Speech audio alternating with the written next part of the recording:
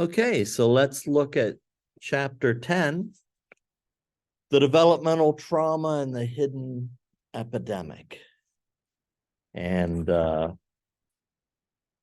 he really talks about, he starts talking about a client and that one of the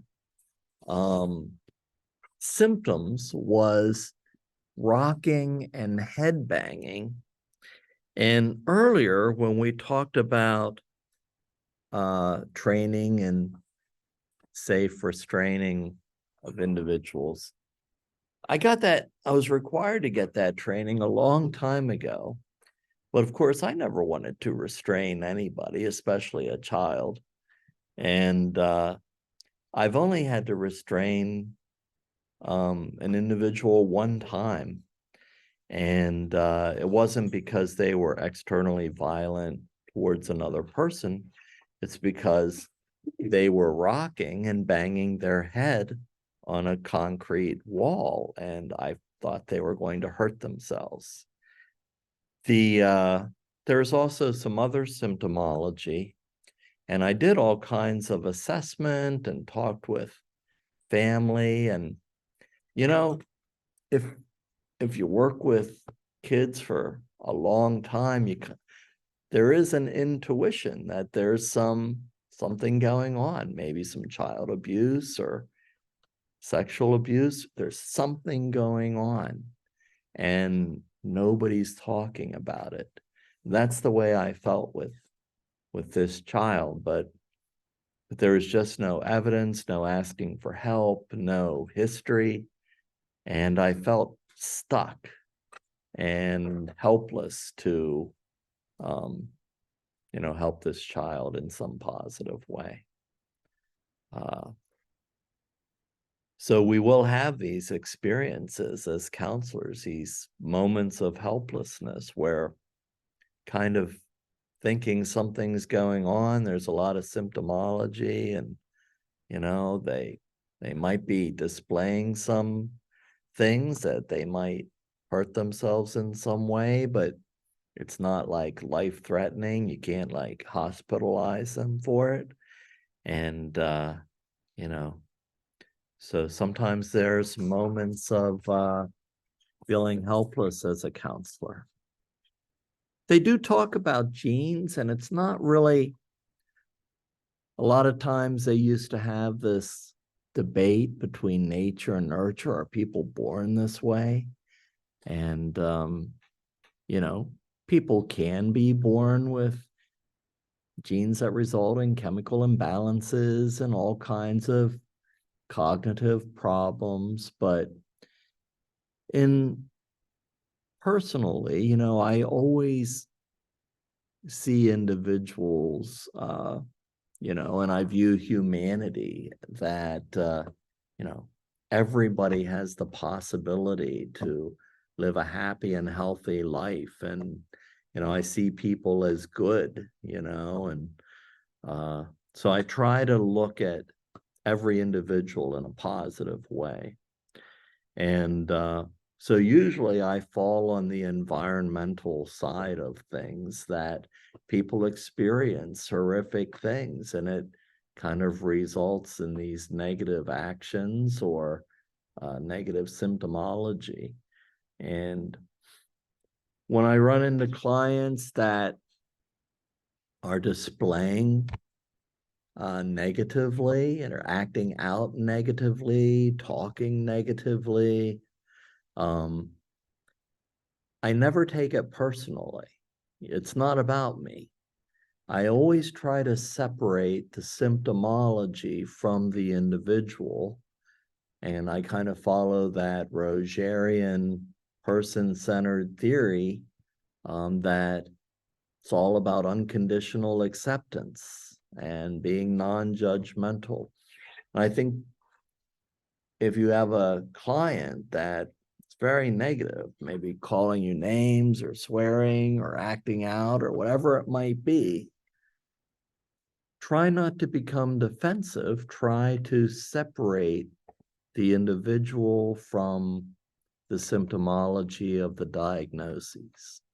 And that helps you not to take it personally. So it helps me.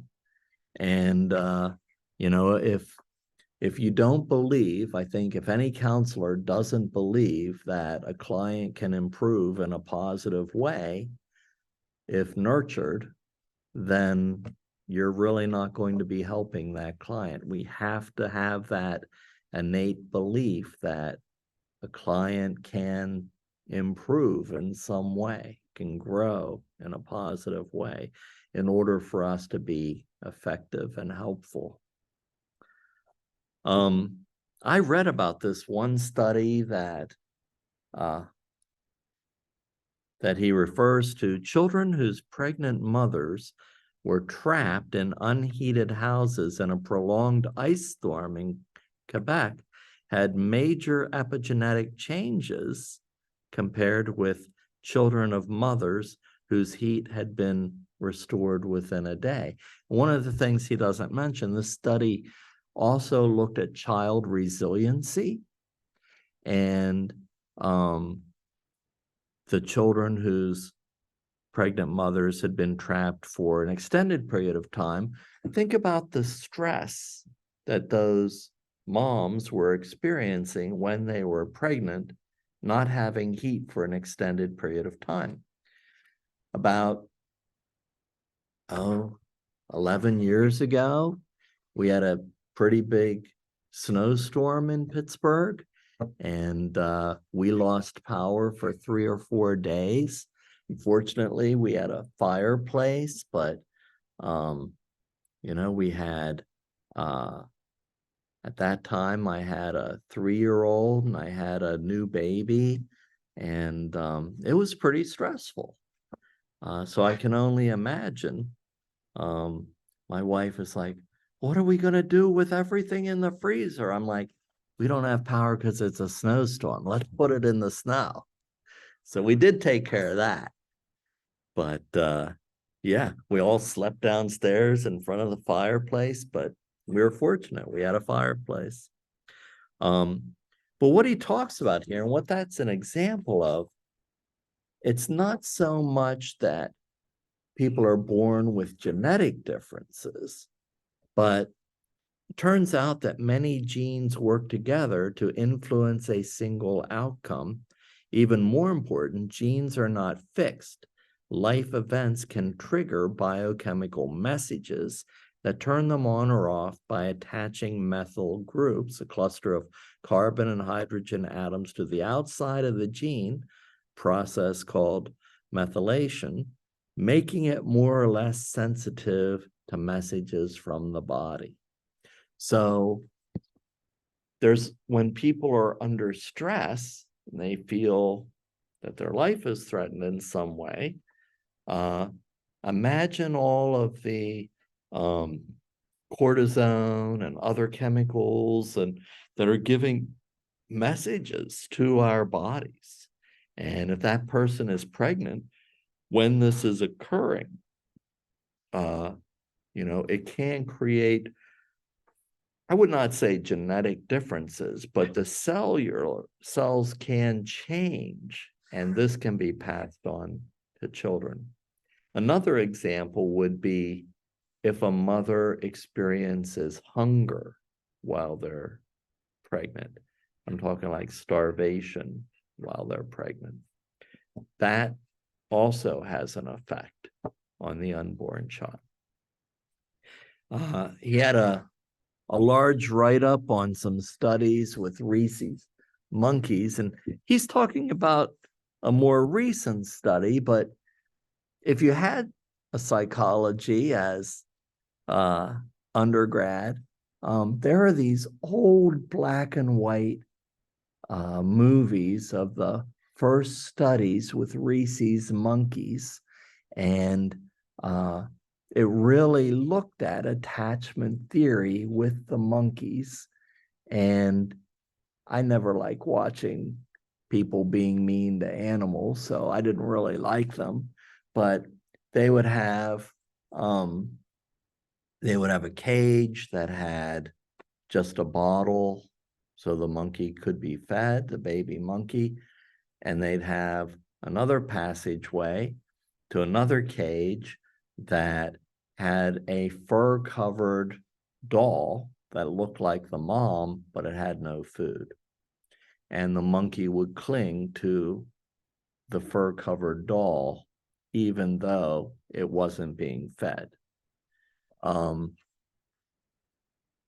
Some more videos would show a baby monkey, and they'd run over to the fur-covered doll, and then the doll would open up and a crazy robot with spinning wheels would come out and scare the baby monkey, and eventually baby monkey would exhibit a lot of the symptomology that the study in your book talks about: being anxious, being alone, not trusting, all of the things that really have to do with a lack of attachment that earlier he talks about would lead to other issues. I would say reactive attachment disorder. So, you know, those very early studies looked at this in a slightly different way. He talks about the National Child Traumatic Stress Network. That's the NCTSN. I have resources. That's still working today. Lots of resources. He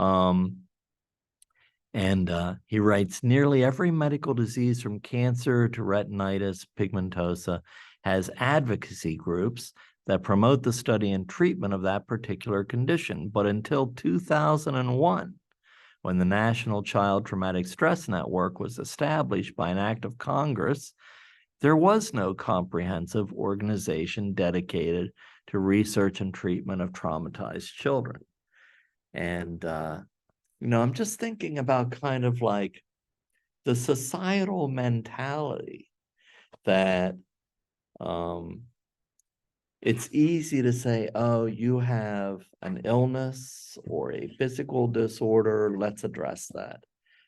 But, you know, an emotional problem or abuse or trauma, it's like unseen. And kids were just seen as acting out or misbehaving or being strange, when in reality, they were suffering from some type of trauma or abuse. And, you know, so 20 years ago, that was established. That's hardly any time. So all those resources from that organization are on D2L as well. He talks more about diagnosis, and I kind of gave you my spiel on diagnosis, but I kind of want to look at the DSM. I don't have the new DSM-5 TR. TR stands for text revision. So now before we have the DSM-5, 5TR, and they put out a text revision before they put out the next number, 6. So now TR comes in between 5 and 6. It came in between 4 and 5. Most people look at the DSM and they just say, oh, we're on the purple one, we're on a different color one. Anybody know what color the new TR is? What is it? Teal. Is it teal? All right. So, and you know, when you've been around a long time, people say, well, what color DSM were you when you started? So you can kind of tell how long somebody's been a therapist by the color of the DSM. So the first thing I want to do, and it's interesting, I looked in the index of this to find these diagnoses, and I had them marked anyway. So I must have used them anyway with this version. So it's under a section called Other Mental Disorders, other specified mental disorders due to another condition. And So if we go to, let's see, there's a child section, other conditions that may be a focus of clinical attention. And so they list these problems related to family upbringing, other problems related to the primary support group, child maltreatment and neglect, child sexual abuse, child neglect, child psychological abuse, adult maltreatment and neglect, spouse or partner violence, sexual spouse or partner neglect, spouse or partner abuse, psychological, adult abuse by non-spouse or non-partner. So that kind of goes through all of the types of abuse and neglect for both children and adults. The problem is, and I think this is crazy, that most of the insurance companies don't cover this unless there is a physical injury. So what you need to do is, and the new 5 and 5TR do not use the diagnosis axis system. So there used to be axes, and you could write what were the environmental factors, you know, is it a personality diagnosis? Is it another type of diagnosis? What do you think the stressors are? You could write all that in, so you'd have all the information. But here, you have to use one of these codes in the back, which is a V code. And then, let's see. And then you have to pair it with post-traumatic stress disorder. Now, in post-traumatic stress disorder, it does have a criteria. So, directly experiencing a traumatic event, witnessing in person the events as it occurred to other, learning that a traumatic event occurred to a close family member or friend, experiencing repeated or extreme exposure to aversive details. And then, let's see, and then it goes into kind of the symptomology of it, including dissociative reactions, which he talks about a lot in the book. So in the very first subset, A, it says exposure to an actual or threatened death, serious injury, or sexual violence in one or more of the following ways. And so that does pair with any of the V codes, but you have to put in both. And that will get you the accurate diagnosis. But I think that the author wants to refine it a lot more than that. He thinks it deserves its own. So I want to at least express both viewpoints. And I think that APA really wants to look at the emotional and physical symptomology rather than diagnosing an event or experience. And the closest we get to that is PTSD, because it does include the experience of a crisis or trauma, and it can be sexual or physical. So that's about as close as they come right now. I don't see any problem. If they can make it a V code, make it a diagnosis. But the reason they're not is because the V codes are experiences. Did you experience a loss? Did you experience a life change? Did you experience abuse? So that's how they differentiate those two things.